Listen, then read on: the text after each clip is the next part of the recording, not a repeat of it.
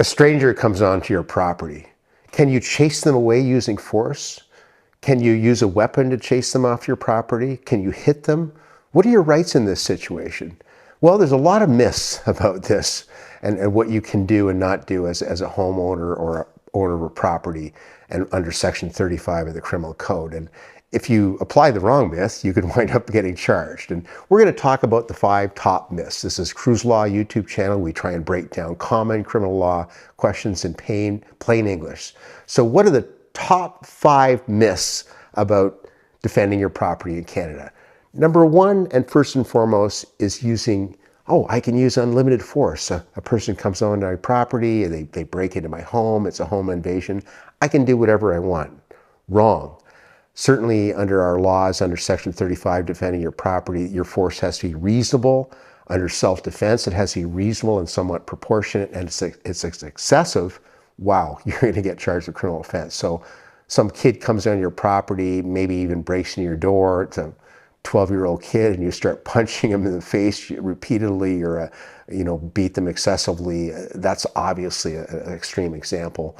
Home invasions are another situation which are fraught with difficulty and fear, of course, but unfortunately our law under Section 34 and 35 still requires you to act reasonably in the circumstances. So if the person comes in, breaks in, they say, "Oh, sorry, I'm scared," and you start beating them, well, it's excessive force. They have a ball bat or a knife or a weapon, of course, it could be, you're entitled to defend yourself. But our law tries to be reasonable under Section 34 and 35, but the bottom line, you cannot use unlimited force. It has to be reasonable, and it cannot be excessive. Every situation needs to be analyzed. I can't give you more than, extreme examples. Myth number 2, I can always use a weapon to defend my property or myself. For example, a person breaks into my home, they've got no weapon. Okay, what should you do in this situation? Do you just grab your knife and start stabbing them? Well, that's probably excessive force if they're not threatening you. They're making a motion to leave. They're scared, as an example at that point. This is a real myth. You cannot just start seeking vengeance on the person. You have to act reasonably and proportionally in the circumstances. And I admit it's a difficult situation. If someone breaks in your home, that's a pretty difficult situation to act reasonably. Your adrenaline's running. I get it. And people get charged for this all the time. Someone's walking your property, you can't just, you can tell them to leave, you can escort them off your property, but you can't use a weapon to do that, pull out a gun, for example. I'm just giving you some extreme examples. There's all sorts of gray areas. You've got your extreme examples, obvious examples, and then gray, nuanced areas. Okay, myth number 3. I can call the police later. You're a store owner. You see someone shoplifting, you can do a citizen's arrest under 494 of the Criminal Code. Citizen's arrest, you can detain them, but you got to call the police right away. You can't simply detain them for hours, maybe even give them a few shots. You should call the police right away. That's a big problem. You can't, people do have rights. Even a shoplifter or a trespasser has rights. Okay. Fourth myth, I don't need to call the police at all. Okay, well, that's a big one. You absolutely need to call the police in this situation. You need to protect yourself.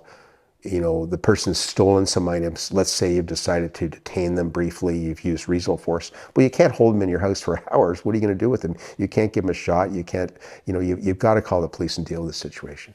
And finally, a lot of people have the myth that trespassers have no rights. Well, they do.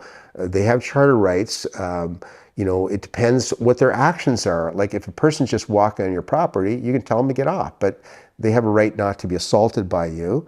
Breaking into your home is another situation. I mean, you can defend yourself, but they have a right, I suppose, not to you to beat them to death as an extreme example. And again, I get it. There's gray areas all in between, and there's arguments about all of these situations.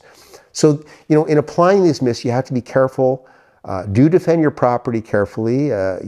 Get trespassers off your property. But the bottom line is act reasonably and not excessively in the circumstances. Then you will, avoid being charged yourself. Make sure you call the police. If you do arrest someone for stealing your property, try and act reasonably.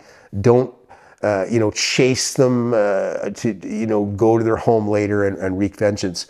The thing is, when you're a homeowner and you're protecting property, you use force in the moment when it's happening. You can't then a half hour later go to their home and start beating them, just as an example.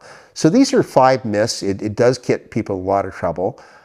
You got to use your head, you got to act safe, and you got to know your rights as a homeowner. Thank you for watching our video. We are absolutely committed to bringing you the best possible criminal and DUI educational videos. If you found this video helpful, please like it and subscribe to our YouTube channel.